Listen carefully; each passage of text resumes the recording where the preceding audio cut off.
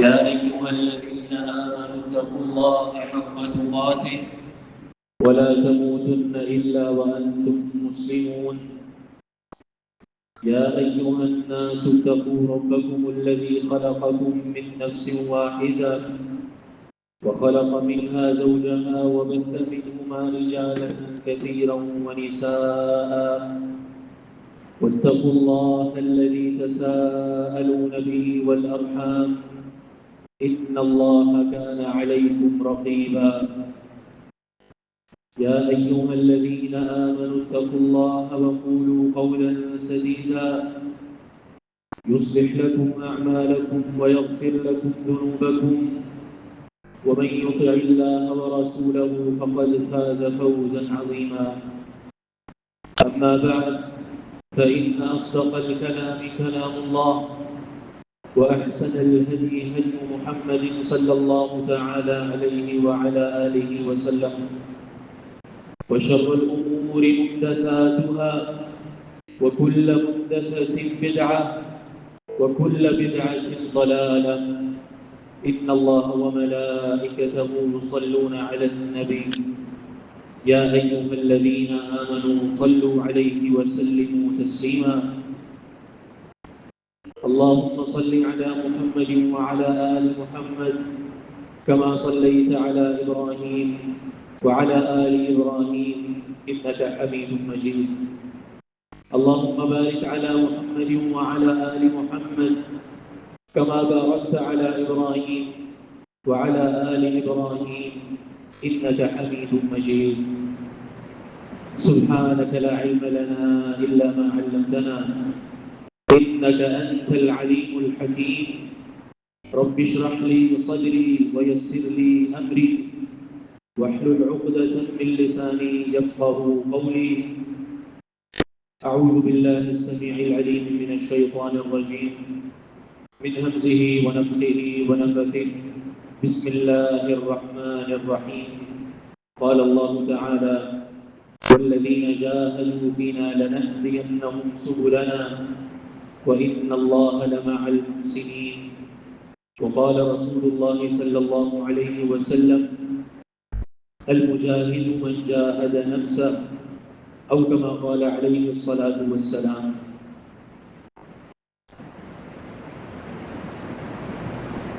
آپ کے سامنے ابھی ایک آیت اور ایک حدیث پڑھی ہے، اور آج کے خطبے کا جو موضوع ہے وہ یہی آیت اور حدیث ہے۔ اللہ تعالیٰ سے دعا ہے کہ اللہ ہمیں صحیح معنی میں قرآن و حدیث سمجھنے اور اس کے مطابق عمل کرنے کی توفیق عطا فرمائے۔ جو آیت آپ نے سنی ہے اس میں اللہ رب العالمین فرما رہا ہے کہ والذین جاہدوا فینا لنہدینہم سبلنا، کہ جو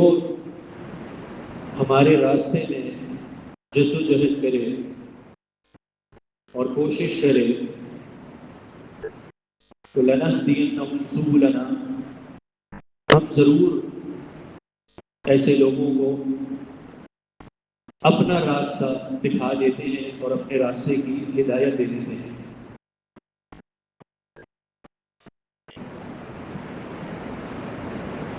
اس آیت کی تفسیر میں عبداللہ بن عباس رضی اللہ عنہما فرماتے ہیں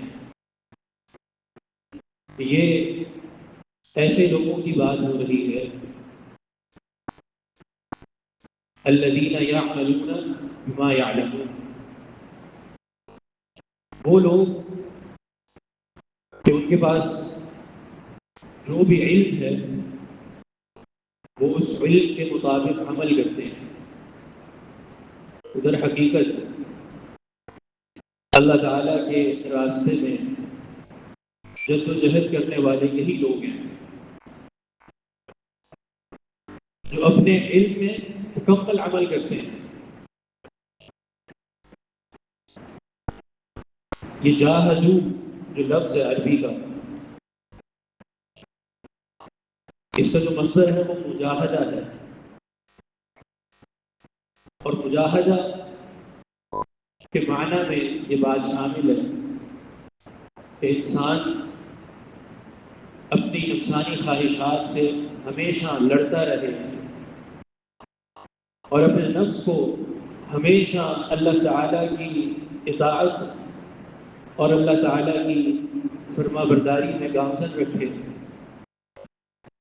اور ایسے تمام امور جو اللہ تعالیٰ کو ناراض کرنے والے ہیں، اللہ تعالیٰ کی معصیتیں ہیں،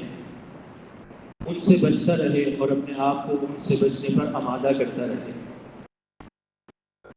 یہ مجاہدہ کا مطلب ہے، اور یہاں پر انہی لوگوں کا تذکرہ ہو رہا ہے کہ جو صحیح معنی میں مجاہدہ کریں اور اللہ تعالیٰ کی رضا اور اس کی خوشنودی حاصل کرنے میں اپنے نفس سے لڑتے رہیں اور اس کو اللہ تعالیٰ کی اطاعت پر گامزن کرتے رہیں، تو اللہ تعالیٰ ایسے لوگوں کو ہدایت عطا فرماتا ہے اور اللہ تعالیٰ ایسے لوگوں کو اپنے قریب کر لیتا ہے۔ جہاد جو بہت بڑی اور عظیم عبادت ہے، بعض احادیث آپ جانتے ہیں کہ ایمان باللہ کے بعد سب سے زیادہ عظیم عمل جس کو قرار دیا گیا وہ جہاد فی سبیل اللہ ہے۔ اللہ کے راستے میں جہاد کرنا اور دشمنوں سے لڑنا بڑی عظیم عبادت ہے، بلکہ اللہ رب العالمین فرماتا ہے یا ایھا الذین آمنوا هل ادلکم علی تجارۃ تنجیکم من عذاب الیم، ایمان والوں تمہیں ایسی تجارت کے بارے میں نہ بتائیں جو تمہیں اللہ کے عذاب الیم سے بچا دے۔ وہ اعمال کون سے ہیں؟ تؤمنون باللہ ورسولہ وتجاہدون فی سبیل اللہ باموالکم وانفسکم، اللہ پر ایمان، اللہ کے رسولوں پر ایمان اور اللہ کے راستے میں جہاد کرنا، یہ وہ اعمال ہیں جو اللہ رب العالمین کے عذاب سے بچانے والے اعمال ہیں۔ تو بڑی عظیم عبادت ہے۔ صحیح بخاری کی حدیث ہے، نبی علیہ السلام فرماتے ہیں تکفر اللہ لمن جاہد فی سبیلہ، اللہ تعالیٰ نے ایسے شخص کی ذمہ داری لے لی ہے جو اللہ کے راستے میں جہاد کرے۔ وہ اپنے گھر سے نکلتا ہے اور اس کی نیت صرف اللہ رب العالمین کے راستے میں لڑنا اور اس کے دشمنوں سے جہاد کرنا ہے۔ جو بھی اس کو زخم پہنچیں گے اور جو بھی اس کو مصیبتیں آئیں گی یا اس کو شہید کر دیا جائے گا، تو قیامت کا دن ہوگا تو اس کے ان زخموں سے خون بہہ رہا ہوگا، بظاہر وہ خون ہوگا لیکن جو اس کی خوشبو ہے وہ مسک کی ہوگی، بڑی ہی ایک جو ہے وہ لطیف خوشبو اس کے زخموں سے آ رہی ہوگی۔ تو یہ مجاہد فی سبیل اللہ کا انعام ہے اور یہ اس کی فضیلت ہے۔ علامہ ابن قیم رحمہ اللہ فرماتا ہے کہ جہاد کی بہت سی صورتیں ہیں، بہت سی اقسام ہیں۔ مثلا جہاد بالسیف، تلوار کے ساتھ، اپنے ہتھیار کے ساتھ جہاد کرنا، دشمنوں سے لڑنا، اور ایک اور جہاد جس کا انہوں نے ذکر کیا وہ ہے جہاد القلب یا جہاد الہوى، کہ اپنے دل کے ساتھ لڑائی کرنا۔ دل کے ساتھ لڑائی کرنے کا مطلب ظاہر ہے انسان کی جو طبیعت ہے وہ آرام اور سکون کو چاہتی ہے۔ کوئی انسان طبیعی طور پر یہ نہیں چاہتا کہ وہ مشقتوں میں آئے اور مشقتیں برداشت کرے، لیکن یہ جو صورت ہے اس کا مطلب یہ ہوا کہ انسان اپنے آپ کو، اپنے دل کو آمادہ کر لے کہ اس نے اللہ تعالیٰ کی عبادت میں اور اللہ تعالیٰ کی نافرمانی سے بچتے ہوئے زندگی گزارنی ہے، اور یہی مجاہدہ ہے۔ بعض علماء یہ فرماتے ہیں کہ سب سے پہلا عمل جو انسان پر لازم ہے وہ مجاہدہ ہے، اپنے آپ سے لڑنا اور اللہ کے راستے میں جد و جہد کرنا اپنی نیت کی حفاظت کرنا یہ سب سے اولین فریضہ ہے انسان کا۔ یہ جو آیت ابھی آپ نے سنی ہے کہ والذین جاہدوا فینا لنہدینہم سبلنا، علامہ سدی رحمہ اللہ فرماتے ہیں کہ یہ آیت جہاد کی فرضیت سے بھی پہلے نازل ہوئی ہے۔ جہاد کی فرضیت سے بھی پہلے یہ آیت نازل ہوئی ہے۔ ان لوگوں کا ذکر کہ جو اللہ کے راستے میں مجاہدہ کرتے ہیں، جد و جہد کرتے ہیں، ان لوگوں کے بارے میں یہ جو آیت نازل ہوئی ہے یہ جہاد کی فرضیت سے پہلے نازل ہوئی ہے۔ کیا مطلب؟ کہ سب سے اولین فریضہ جو انسان پر فرض ہوتا ہے وہ یہی ہے کہ انسان اپنے نفس سے، اپنی خواہشات سے مجاہدہ کرتا رہے۔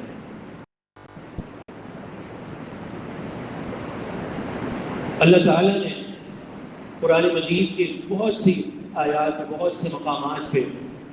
اس جد و جہد اور اس مجاہدے کا ذکر فرمایا، چاہے وہ صراحتاً ہو جیسا کہ اس آیت میں، یا چاہے اشارتاً ہو۔ اللہ رب العالمین فرماتا ہے وَاعْبُدْ رَبَّكَ حَتَّى يَأْتِيَكَ الْيَقِينُ، اپنے رب کی عبادت کرتے رہو، کب تک؟ حَتَّى يَأْتِيَكَ الْيَقِينُ، یہاں تک کہ تمہارے اوپر موت آ جائے۔ موت کے آنے تک اللہ رب العالمین کی عبادت کرتے رہو۔ معنی انسان کی زندگی، یہ ساری جو زندگی اللہ رب العالمین نے اس کو عطا کی ہے، یہ اسی مجاہدے میں نام ہے۔ اللہ رب العالمین کی اطاعت، اس کی فرما برداری میں اپنی زندگی کو گزار دینا اور اس کی نافرمانیوں سے بچنا، یہی انسان کی زندگی کا مقصد ہے، اور یہی وہ در حقیقت عبادت ہے جس کے لیے اللہ رب العالمین نے انسان کو پیدا کیا ہے۔ عبداللہ بن عمر رضی اللہ عنہ کے پاس ایک شخص آیا اور اس نے آ کے جہاد فی سبیل اللہ کے بارے میں کچھ سوالات کیے۔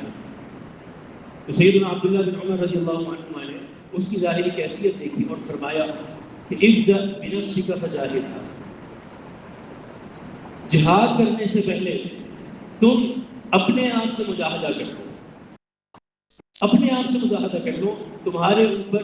جہاد کرنے سے پہلے جو ذمہ داری عائد ہوتی ہے وہ یہ ہے کہ تم اپنے نفس سے پہلے مجاہدہ کرو۔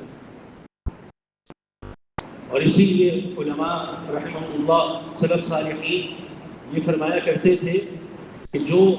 دشمنوں کے ساتھ جہاد کرنا ہے، جہاد فی سبیل اللہ کرنا ہے، قتال کرنا ہے، اس کے لیے بھی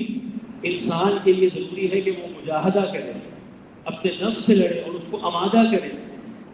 کیوں؟ کیونکہ جہاد کی بھی بہت سی شروط اور ضوابط ہیں، تو ان میں سب سے پہلی اور اولین ذمہ داری یہ ہے کہ انسان پہلے اپنے آپ سے مجاہدہ کرے اور اپنا محاسبہ کرے اور پوچھے کہ وہ اگر جہاد کر رہا ہے، قتال کر رہا ہے، تو اس کی نیت کیا ہے۔ کیونکہ ہر وہ نیت جو خالص نہیں ہے اللہ رب العالمین کے لیے، اور ہر وہ لڑائی اور ہر وہ جہاد جو اللہ رب العالمین کے لیے نہیں ہے، اللہ کی توحید کے لیے نہیں ہے، وہ فاسد ہے اور وہ انسان کو ہلاک کر دینے والا ہے۔ نبی صلی اللہ علیہ وسلم سے پوچھا گیا کہ فلاں شخص کسی اور نیت سے لڑائی کرتا ہے، ایک اور شخص آتا ہے اس کی نیت کچھ اور ہوتی ہے، تو ان میں کون سا وہ جہاد ہے اور کون سی وہ نیت ہے جو اللہ رب العالمین کے ہاں قابل قبول ہے؟ تو رسول اللہ صلی اللہ علیہ وسلم نے فرمایا من قاتل لتکون کلمۃ اللہ ہی العلیٰ فہو فی سبیل اللہ، اللہ کے راستے میں جہاد یہی ہے کہ وہ شخص یہ جہاد کرے اس نیت کو لے کے اور اس مقصد کو لے کے کہ اس نے اللہ رب العالمین کا کلمہ، اللہ رب العالمین کی توحید کو بلند کرنا ہے، تو یہی شخص اللہ کے راستے میں ہے، باقی سب راستے شیطان کے راستے پر ہیں۔ یہ جہاد سے پہلے بھی انسان کو اپنے نفس کا محاسبہ کرنا ہے اور اپنے نفس کے ساتھ مجاہدہ کرنا ہے۔ اسی طرح نبی علیہ الصلوۃ والسلام کو جب آپ پہ جو تہجد ہے اور قیام اللیل ہے اس کو فرض کیا گیا، بسم اللہ الرحمن الرحیم، یا ایھا المزمل قم اللیل الا قلیلا نصفہ او انقص منہ قلیلا او زد علیہ ورتل القرآن ترتیلا۔ رسول اللہ صلی اللہ علیہ وسلم کو حکم دیا گیا کہ پوری رات قیام اللیل کریں، بہت کم جو ہے وہ حصہ سوئیں، نصفہ او انقص منہ قلیلا، یا پھر اس طرح کر لیں کہ آدھی رات آرام کریں اور آدھی رات قیام کریں، نبی علیہ السلام پر جو تہجد اور قیام اللیل ہے وہ فرض کیا گیا ہے، ہمارے اوپر مستحب ہے، سنت ہے، لیکن نبی علیہ السلام پر یہ واجب تھا۔ تو اللہ کے حبیب صلی اللہ علیہ وسلم قیام اللیل کرتے اور تہجد پڑھتے، کتنا لمبا قیام کرتے، اس سے آپ کے سامنے اس مجاہدہ کی صورت واضح ہوگی۔ صحیح بخاری اور صحیح مسلم کی حدیث ہے، سیدنا مغیرہ بن شعبہ رضی اللہ تعالی عنہ فرماتے ہیں کان النبی صلی اللہ علیہ وسلم یقوم حتی تتفطر قدماه، نبی علیہ السلام رات کو قیام کرتے اور اتنی لمبی نماز پڑھتے کہ آپ کے قدم مبارک سوج جاتے۔ جب آپ سے کہا گیا ہے اللہ کے رسول اتفعل هذا وقد غفر اللہ لك ما تقدم وما تأخر، اللہ کے رسول آپ اتنا لمبا قیام کرتے ہیں حالانکہ آپ معصوم عن الخطا ہیں، آپ سے کوئی گناہ سرزد نہیں ہوتا، اور اللہ تعالیٰ نے پہلے ہی معافی کا وعدہ کیا ہوا ہے،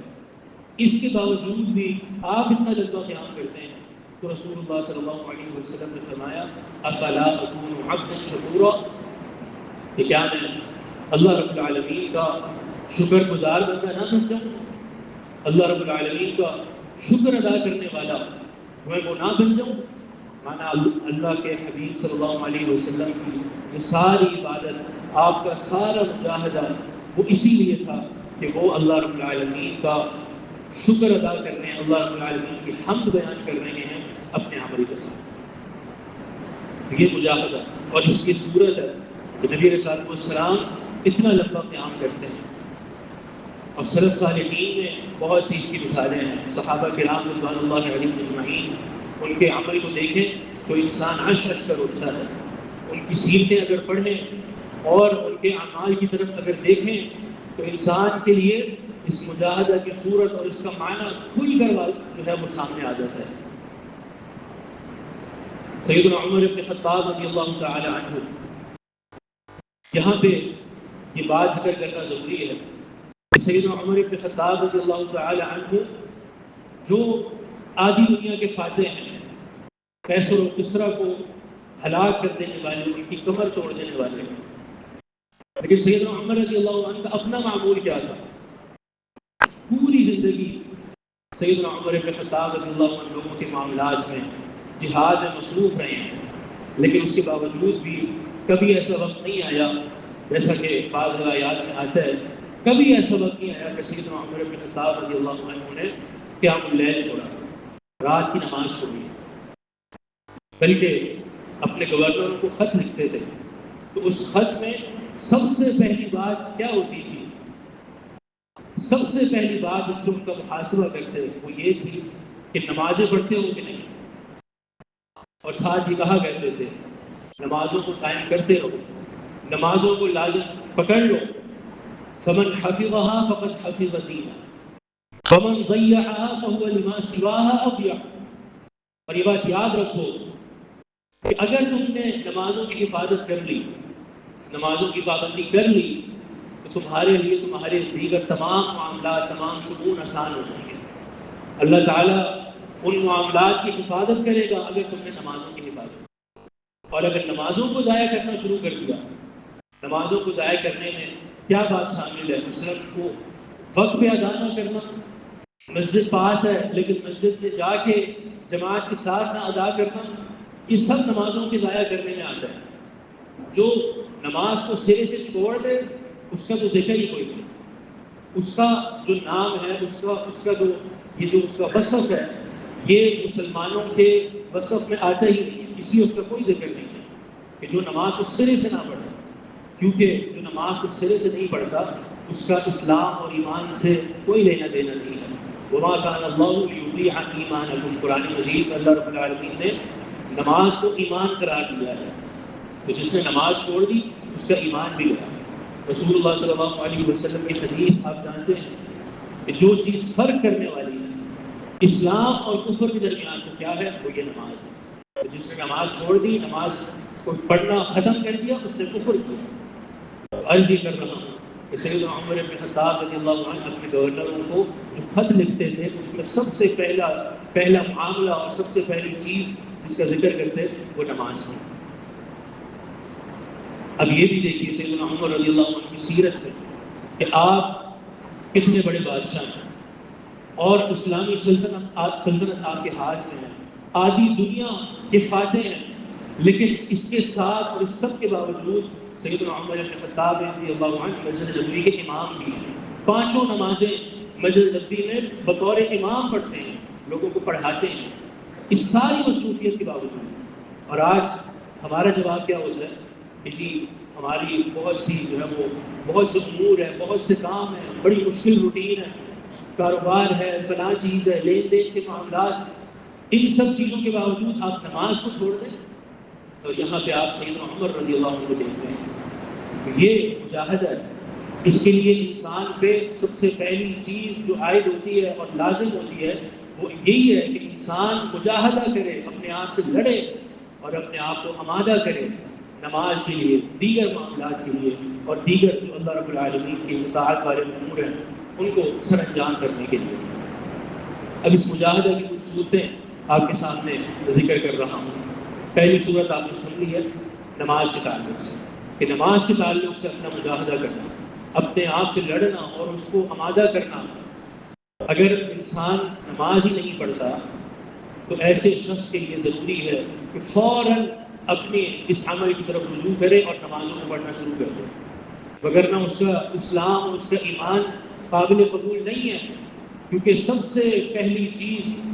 جو اسلام کے بعد انسان پر اور مسلمان پر عائد ہوتی ہے، لازم ہوتی ہے، وہ یہ نماز ہے۔ اور جو شخص نماز پڑھتا ہو، فرائض پڑھتا ہو، لیکن نوافل میں کوتاہی کر دیتا ہے، سنتوں میں کوتاہی کر دیتا ہے، تو اس پر یہ ذمہ داری ہے کہ وہ بھی اپنے آپ کا محاسبہ کرے اور مجاہدہ کرے اور اپنے آپ کو فرائض کے ساتھ ساتھ سنتوں پر بھی آمادہ کرے۔ کیونکہ یہ سنتیں، جیسا کہ بعض علماء نے مثال دی ہے کہ یہ جو سنتیں ہیں اور جو نوافل ہیں یہ انسان کے دائرے کو وسیع کر دیتا ہے۔ مثلا اگر کوئی شخص صرف فرض نماز پڑھتا ہو تو اس پر شیطان کا وار زیادہ آسانی سے ہوگا، اور ایک وقت یہ بھی آ سکتا ہے کہ وہ فرض بھی چھوڑ دے، 5 نمازیں پڑھتا ہے لیکن صرف فرض پڑھتا ہے، ممکن ہے ایک وقت ایسا ہے کہ 4 پڑھنا شروع کر دے، 3 پڑھنا شروع کر دے، اور اس طرح کرتے کرتے نمازوں کو بالکل ہی ترک کر دے، یہ وقت آ سکتا ہے۔ لیکن وہ شخص جو فرض بھی پڑھتا ہے اور فرائض کے ساتھ ساتھ سنن رواتب بھی پڑھتا ہے، سنتیں بھی پڑھتا ہے، تو ایسے شخص کے لیے شیطان کا وار مشکل ہو جاتا ہے کہ یہ تو سنتیں ہی نہیں چھوڑتا تو فرض کہاں چھوڑے گا۔ تو اس لیے اپنے اس دائرے کو وسیع کریں شیطان کے خلاف۔ اگر فرائض پڑھتے ہیں تو سنتوں پر، سنتیں پڑھتے ہیں تو اس کے بعد قیام اللیل اور تہجد کریں۔ رات کی صرف 2 رکعت انسان اگر ہمیشہ پڑھتا رہے، ہمیشہ اس پہ مداومت کرتا رہے، تو یہ بھی جیسا کہ بعض حدیث میں آیا ہے کہ لم یکتب من الغافلین، قیامت کے دن ایسے شخص کو غافلوں میں شمار نہیں کیا جائے گا بلکہ ذاکرین میں شمار کیا جائے گا۔ والذاکرین اللہ کثیرا والذاکرات اعد اللہ لهم مغفرۃ واجرا عظیما۔ کہ یہ رات کو قیام کرنے والا ہے، حالانکہ صرف 2 رکعت پڑھتا ہے۔ رسول اللہ صلی اللہ علیہ وسلم کی حدیث آپ جانتے ہیں، احب الاعمال الی اللہ ادومها وان قل۔ اللہ رب العالمین کے نزدیک سب سے زیادہ پسندیدہ عمل وہ ہے جو انسان جس پر ہمیشہ اختیار کر لے اگر سے وہ کم نہیں ہوگا۔ تو قیام اللیل، رات کی جو نماز ہے، اس کے لیے مجاہدہ کرنا، اور اس کے لیے بعض صورتیں جو سلف صالحین کی ملتی ہیں۔ سبحان اللہ، سیدنا عثمان بن عفان رضی اللہ عنہ، نبی صلی اللہ علیہ وسلم کی جلیل القدر صحابی، خلیفہ ثالث، اور ابھی ذکر ہو رہا تھا تھوڑی دیر پہلے عبداللہ بن عباس رضی اللہ عنہ نے جو آیت کی تفسیر کی ہے والذین جاہدوا فینا، کہ اس میں ان لوگوں کا ذکر ہو رہا ہے جو اپنے علم کے مطابق عمل کرتے ہیں، جو بھی ان کے پاس علم ہے چاہے کم ہے یا زیادہ ہے، اس علم کے مطابق عمل کرتے ہیں۔ اب سیدنا عثمان بن عفان رضی اللہ عنہ، ان کا اپنے علم پر عمل دیکھ لیجیے کہ وہ صحابی ہیں کہ جو نبی علیہ السلام کے اس حدیث کے راوی ہیں، جس میں رسول اللہ صلی اللہ علیہ وسلم فرماتے ہیں خیرکم من تعلم القرآن وعلمہ، تم میں سب سے بہترین وہ ہے جو قرآن کو سیکھتا ہے اور قرآن کو سکھاتا ہے، قرآن کے ساتھ اس کا تعلق مضبوط ہے، یہ سب انسان سب سے بہترین ہے۔ یہ سیدنا عثمان بن عفان کا علم ہوتا۔ اب ان کا عمل دیکھیے قرآن کے بارے میں، اور قرآن کے ساتھ ان کا تعلق دیکھیے کہ جب باغی گروہ سیدنا عثمان رضی اللہ عنہ کو قتل کرنے کے لیے ان کے گھر میں داخل ہوا، ان کی بیوی بھی موجود تھی، اور انہوں نے جب دیکھا کہ یہ سیدنا عثمان کو قتل کرنے لگے تو ان کے گھر والوں نے کیا کہا، اتقتلون رجلا یحیی اللیل کلہ بالقرآن، کہ تم اس شخص کو قتل کرنے جا رہے ہو جو پوری رات کھڑا ہو کے قیام اللیل کرتا ہے اور اس قیام اللیل میں پورے قرآن کو ختم کرتا ہے۔ یہ ان کا عمل ہے کہ رات کو قیام کرتے ہیں اور اس قیام میں قرآن پڑھتے ہیں اور قرآن کو ختم کرتے ہیں۔ سیدنا عثمان بن عفان رضی اللہ عنہ کے لیے قرآن کی تلاوت اتنی آسان کر دی گئی تھی اور اس میں کوئی مشکل نہیں ہے۔ آج بہت سے لوگ اشکال پیدا کرنے کی کوشش کرتے ہیں کہ ایک رات میں قرآن کیسے ختم ہو سکتا ہے۔ ابھی آگے آپ سنیں گے، بلکہ اس قصہ کو سن لیں، اس کے بعد آپ کو یہ بات سمجھاتے ہیں۔ عبد الرحمن بن عثمان تابعی ہیں، وہ کہتے ہیں کہ میں ایک مرتبہ مکہ مکرمہ میں موجود تھا تو دل ہوا کہ آج جو رات کی نماز ہے قیام اللیل ہے وہ حرم میں جا کے ادا کروں، بیت اللہ کے سامنے۔ بیت اللہ میں گیا، جو مقام ابراہیم ہے اس کو اپنا سترہ بنایا اور نماز پڑھنا شروع کر دیا۔ کہتے ہیں میں نماز پڑھ رہا تھا، پھر اس کے بعد کچھ دیر بیٹھا تو پیچھے ایک شخص نے میرے کندھے پر ہاتھ رکھا۔ جب میں نے پیچھے مڑ کر دیکھا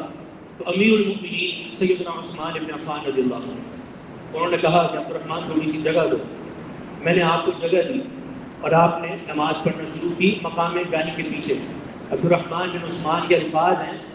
آپ نے ایک ہی رکعت پڑھی، اتنا لمبا قیام کیا کہ اس پوری ایک رکعت میں قرآن مجید ختم کر دیا۔ ایک رکعت جب نماز ختم کی تو عبد الرحمن نے پوچھا امیر المؤمنین آپ نے تو صرف ایک رکعت پڑھی ہے؟ تو سیدنا عثمان بن عفان رضی اللہ عنہ نے جواب دیا ھذا وتری، میں نے ابھی وطر پڑھا ہے۔ یہ وطر ہے، اور وطر کا یہ حال ہے کہ آپ نے ایک رکعت میں پورا قرآن مجید پڑھ لیا۔ اور یہ بات جو صحیح حفاظ ہوتے ہیں ان کے لیے کوئی مشکل نہیں ہے۔ جو صحیح معنی میں جن کو قرآن مجید یاد ہوتا ہے وہ 15 منٹ میں یا زیادہ سے زیادہ 20 منٹ میں آرام سے ایک سپارہ پڑھ لیتے ہیں۔ تو اس طرح اگر آپ تقسیم کریں تو ایک ہی رات میں پورا قرآن ختم کر لینا ایک حافظ قرآن کے لیے کوئی مشکل نہیں ہے۔ تو سیدنا عثمان جو نبی علیہ السلام کے اس قدر جلیل القدر صحابی ہیں، ان کا یہ عالم ہے کہ وہ ایک ہی رکعت میں پورا قرآن پڑھتے ہیں۔ سبحان اللہ۔ سیدنا علی بن ابی طالب رضی اللہ عنہ، ان کا مجاہدہ بھی دیکھ لیجیے، قرآن کے ساتھ تعلق دیکھ لیجیے اور قیام اللیل کے ساتھ تعلق دیکھ لیجیے۔ اس دن میں اپنا جو ان کے خلافت کے جو ایام تھے، دن میں روزہ رکھتے تھے اور رات کو مصلی پہ سوار ہو کے قیام اللیل کیا کرتے تھے۔ تو پوچھنے والے نے پوچھا امیر المؤمنین صوم بالنہار وضعب باللیل، دن کو روزہ رکھتے ہیں اور رات کو تہجد پڑھتے ہیں، اور دن اور رات کے درمیان جو مشقتیں ہیں وہ الگ ہیں، ان کو الگ برداشت کرتے ہیں، کبھی باغیوں کے ساتھ، کبھی بہت سے مار کے۔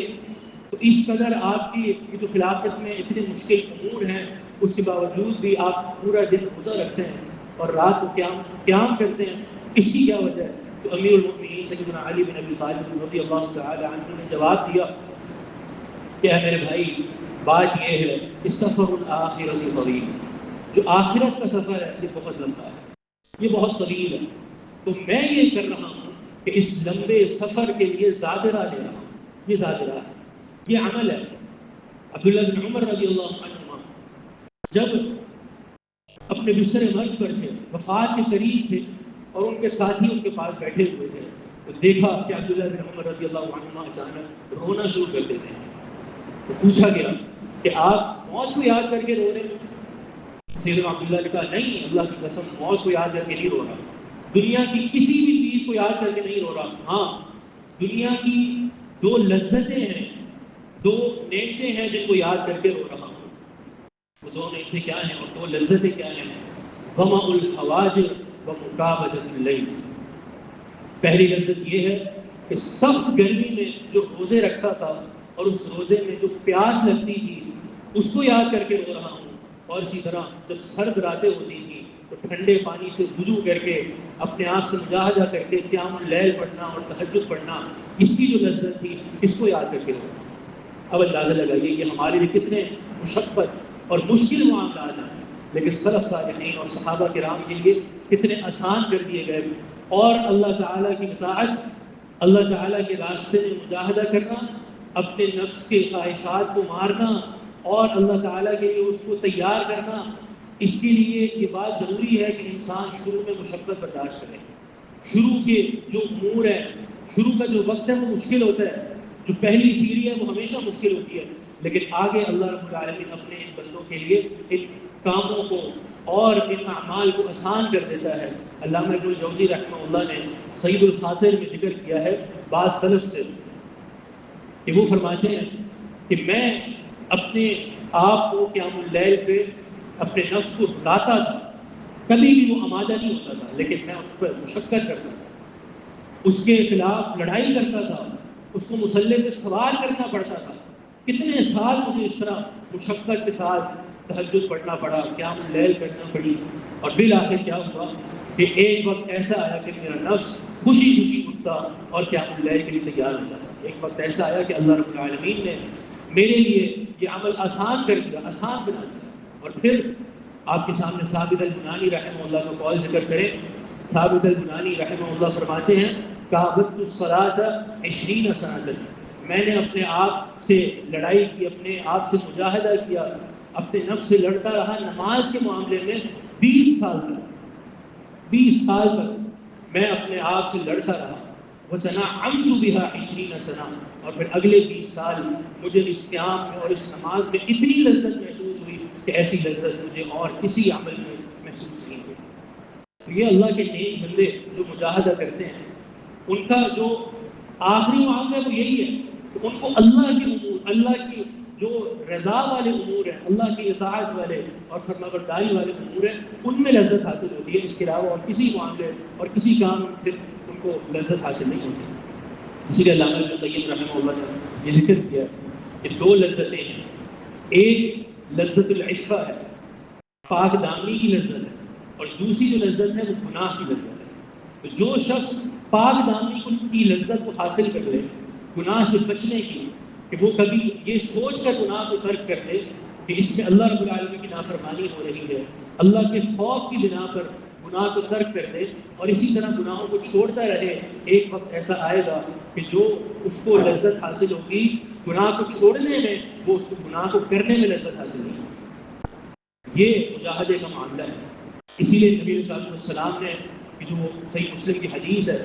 جس میں اللہ کے رسول صلی اللہ علیہ وسلم نے کہا ہے، فرمایا ہے الصبر ضیاء، صبر جو ہے وہ ضیاء ہے، ضیاء، ضیاء روشنی کو بولتے ہیں۔ اور اسی حدیث میں نماز کو بھی روشنی کہا گیا، الصلاۃ نور، کہ نماز بھی روشنی ہے۔ تو نماز کو نور کہا گیا اور صبر کو ضیاء کہا گیا۔ صبر کو ضیاء کیوں کہا گیا؟ کیونکہ جو نور ایسی روشنی ہوتی ہے جو چاند سے مستفاد ہوتی ہے، جو چاند سے حاصل ہونے والی روشنی ہے اس کو نور کہا گیا۔ تو ایسی جو روشنی ہے اس میں لطافت ہوتی ہے، اس میں ٹھنڈک ہوتی ہے، اور جو ضیاء ہے یہ وہ روشنی ہے جو سورج سے حاصل ہوتی ہے، اور سورج سے حاصل ہونے والی جو روشنی ہے اس میں تپش ہے، اس میں مشکل ہے۔ اسی لیے صبر کو ضیاء کہا گیا، ایسی روشنی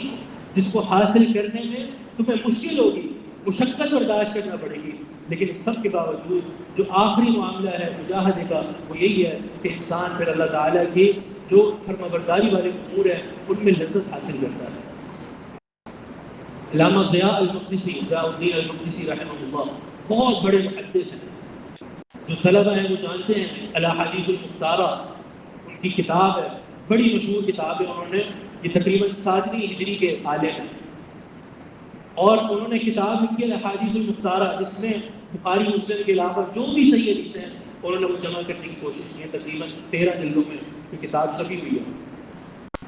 اس قدر بڑے محدث ہیں، لیکن آپ دیکھیے کہ قرآن کے ساتھ کیسا تعلق ہے۔ کہتے ہیں مجھے میرے شیخ ابراہیم بن عبد الواحد المقدسی رحمہ اللہ ان کے پاس میں گیا جب میں نے طلب علم شروع کرنے کا ارادہ کیا، ان کے پاس گیا اور کہا اے شیخ طلب علم شروع کرنے لگا ہوں، حدیث حاصل کرنے لگا ہوں، مجھے کوئی نصیحت کر دیجیے۔ تو ان کے شیخ نے ان کو نصیحت کی کہ قرآن کی تلاوت کرتے رہنا، کبھی بھی قرآن کی تلاوت کو نہیں چھوڑنا۔ انہوں نے نصیحت سن لی اور طلب علم شروع کر دیا، اپنا سفر شروع کیا، حدیثیں سنتے تھے، پورا دن حدیثیں سننا اور لکھنا یہ محدثین کا کام تھا، اسی میں مصروف رہتے تھے۔ لیکن علامہ ضیاء المقدسی فرماتے ہیں کہ میں نے اپنے اس شیخ کی نصیحت پہ عمل کیا اور اس کا تجربہ کیا، تو میں نے یہ دیکھا کہ جس دن میں قرآن کی تلاوت زیادہ کرتا اس دن میں احادیث بھی زیادہ لکھتا، اور احادیث کے دروس بھی زیادہ سنتا، اور جس دن میں قرآن کی تلاوت نہیں کرتا یا کم کر دیتا، اس دن میرے لیے حدیث کا لکھنا اور پڑھنا اور آگے پہنچانا مشکل ہو جاتا، یہ علم حاصل کرنا مشکل ہو جاتا۔ یہ بھی بعض جو طلبۃ العلم ہیں ان کے ذہن میں یہ شیطان یہ بار کرتا ہے کہ قرآن زیادہ پڑھو گے تو علم کیسے حاصل کرو گے؟ نہیں، اللہ کے بندوں، جتنا آپ قرآن پڑھیں گے، جتنا قرآن کے ساتھ آپ کا تعلق ہوگا، اسی کے اندر آپ کے دوسرے معاملات اور طلب العلم یہ آپ کے لیے آسان کر دیا جائے گا۔ یہ مجاہدے کا معاملہ ہے کہ اللہ رب العالمین جب انسان کی نیت دیکھتا ہے کہ انسان خالص اللہ رب العالمین کے لیے اپنے آپ سے لڑتا ہے، اپنے آپ کو نیکی کے امور کی طرف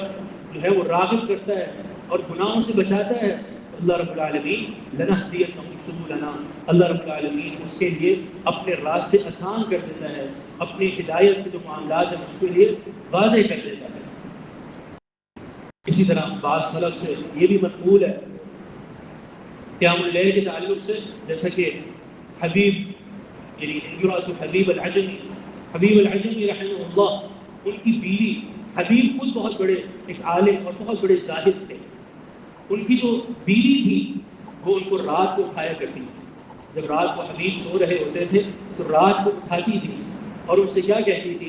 تم یا حبیب، اے حبیب اٹھ جائیے، اپنی نیند قربان کر دیجیے اور میرے ساتھ نماز پڑھیے، اور یہ دیکھیے قوافل الصالحین قد سارت قدامنا ونحن قد بقینا، اللہ کے نیک بندوں کے جو یہ قافلے ہیں آہستہ آہستہ کر کے سب گزر گئے، سب اللہ تعالیٰ کی رضا کی طرف جا رہے ہیں اور ہم بھی پیچھے رہ گئے ہیں، تو ہمیں اس کی بڑی ضرورت ہے کہ ہم بھی اٹھیں، رات کو نماز پڑھیں اور ان اللہ کے نیک بندوں کے قافلوں میں شامل ہو جائیں۔ اللہ رب العالمین سے دعا ہے اللہ رب العالمین اس نقطے کو سمجھنے کی توفیق عطا فرما دے، صحیح معنی میں مجاہدہ کو اپنانے کی توفیق عطا فرما دے، اور جو بھی اللہ کی اطاعت والے امور ہیں ان کو سر انجام کرنے کی، اور جو اللہ تعالیٰ کے نافرمانی کے امور ہیں ان سے بچنے کی توفیق عطا فرما دے۔ اقول قولی ھذا واستغفر اللہ لی ولکم ولسائر المسلمین فاستغفروہ انہ هو الغفور الرحیم۔